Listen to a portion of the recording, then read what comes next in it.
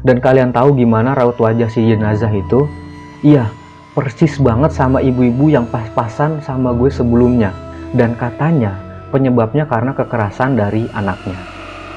Tapi pas salam, itu musola sepi woy, nggak ada siapapun. Itu musola sepi woy, nggak ada siapapun. Itu musola sepi woy, nggak ada siapapun. Ladies and gentlemen.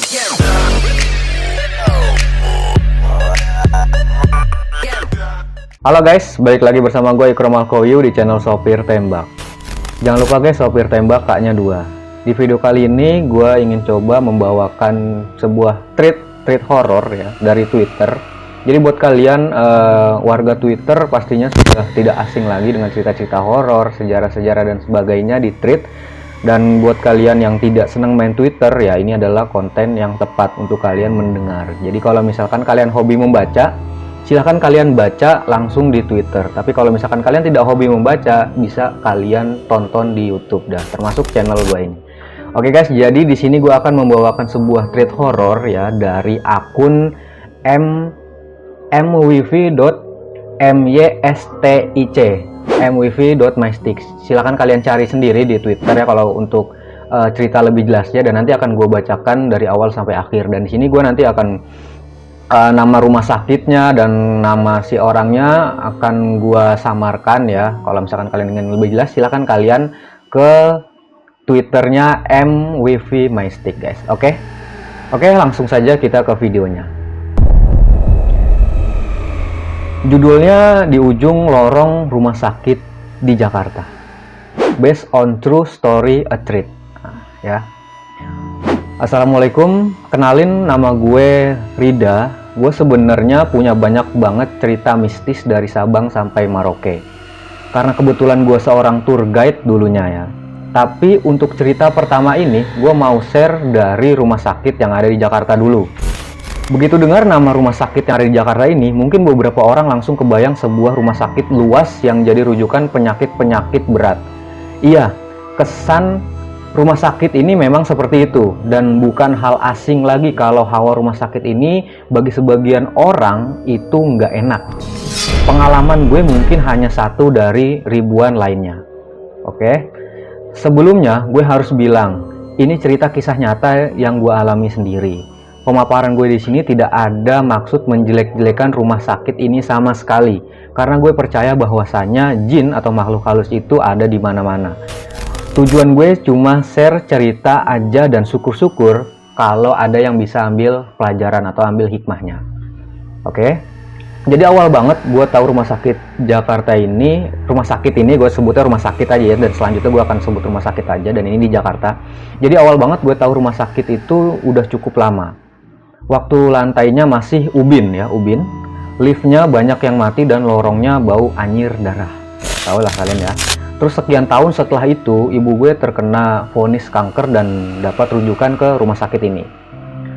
Awalnya gue terbayang rumah sakit yang gue tahu dulu, dan gue udah takut duluan sebenarnya, tapi mau gimana lagi ya.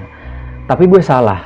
Saat pas nyampe sana, taunya udah keren banget tempatnya, udah wangi, lantainya sudah keramik, dan yang paling penting ada pencetan pembersih tangan di setiap sudut ruangan.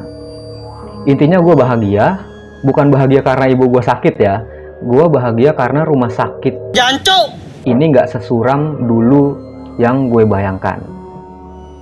Sambutan pertama gue dapetin di IGD. Karena ibu harus masuk IGD dulu, dan itu pun nggak langsung dapet kamar. Kita mesti nunggu sampai kurang lebih jam 11 malam. Barulah ibu dapet kamar. Sambutan yang gue dapat adalah ketika gue ke kamar mandi. Pas gue keluar dari ruangan ibu, gue ngeliat ada ibu-ibu dengan kulit pucat dan muka sedih banget. Gak ada firasat apapun, dan gak saling tegur-teguran juga. Gue berlalu aja dan jalan terus sampai di tempat persinggahan jenazah. Buat yang belum tahu, di IGD itu kalau ada yang meninggal gak langsung dibawa ke kamar jenazah, melainkan ada ruangan persinggahan dulu untuk jenazah tersebut, baru kemudian ke kamar jenazah. Saat gue lewat di sana, kebetulan sedang ada jenazah di sana. posisi gue bisa lihat jelas jenazah yang ada di sana karena ada keluarganya yang lagi nangis dan buka kain penutup jenazah itu sambil elus-elus mukanya. Dan kalian tahu gimana raut wajah si jenazah itu? Iya, persis banget sama ibu-ibu yang pas-pasan sama gue sebelumnya. Atau bahkan bisa gue bilang ya replika jenazah itu yang sebelumnya jalan dan ketemu sama gue karena pucatnya sama persis. Dan sambutan pertama, setelah ngeliat kejadian itu gue lari dong lah, yang ngebirit-ngebirit ya, balik lagi ke ibu gue dan langsung cerita sambil jantung gue tuh berdetak cepat.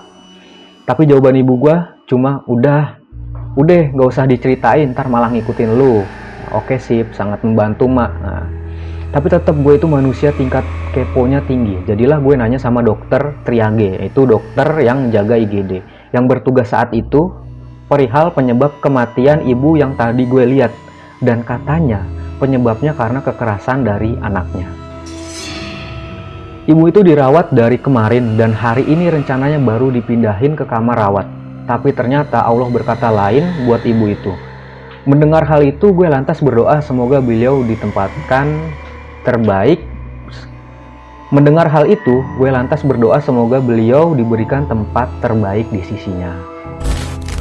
Akhirnya jam 11-an malam ibu gue dapet kamar dong. Alhamdulillah kelas 1 yang isinya cuma 4 orang. Gak ada curiga sama sekali. Justru gue seneng karena kamarnya lebar banget dan nyaman. Kelar urusan admin kamar, ibu gue bilang, udah sembahyang isya dak? Si Rida tanya. Oh iya belum bu, astagfirullah, jawab gue sambil nepok jidat.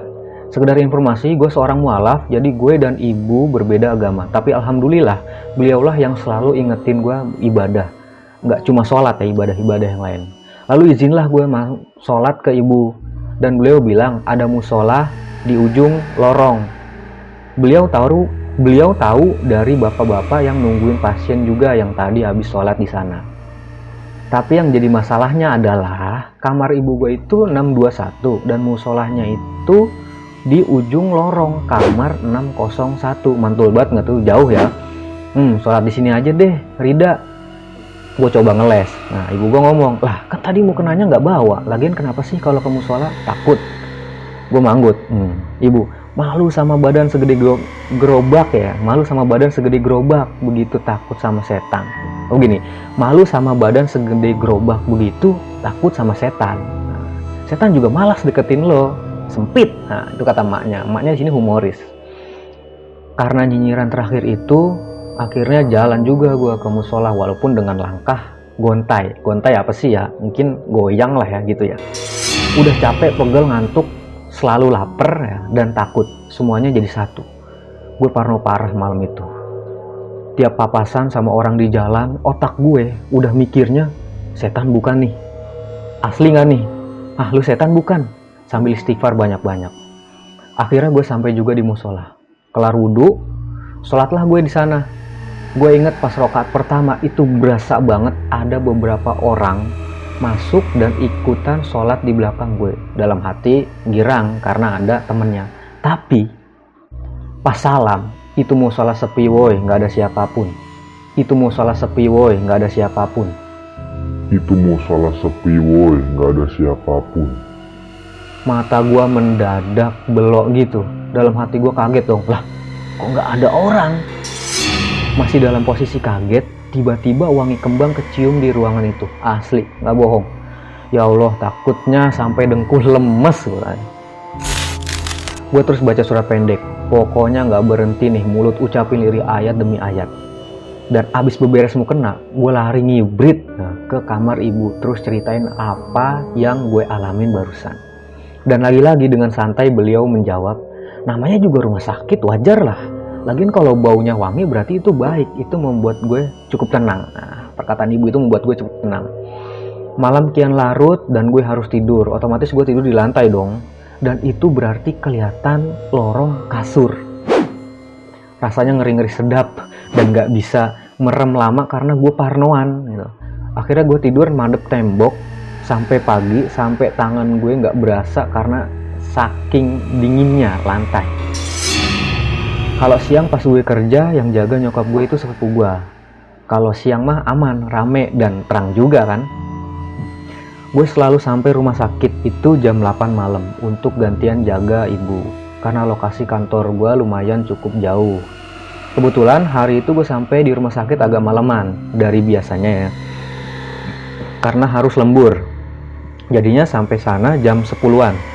Sebenarnya gue bisa turun ojek di pintu belakang rumah sakit, tapi hari itu kayaknya emang apes banget gue. Gue diturunin depan pintu depan sama kang ojeknya. Terpaksa dah gue lewat depan.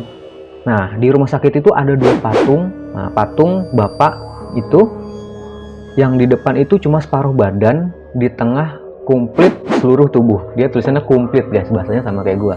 Nah, area ini nih yang suram banget suasananya, dan gue harus lewatin lokasi patung ini buat sampai ke ruangan ibu gue. Oke guys, mungkin ini part pertamanya ya sudah selesai ya, karena kan banyak ceritanya dan nggak mungkin gue jadiin satu video, dan tunggu di part 2 selanjutnya. Buat kalian yang malas membaca ya silahkan kalian tonton channel gue.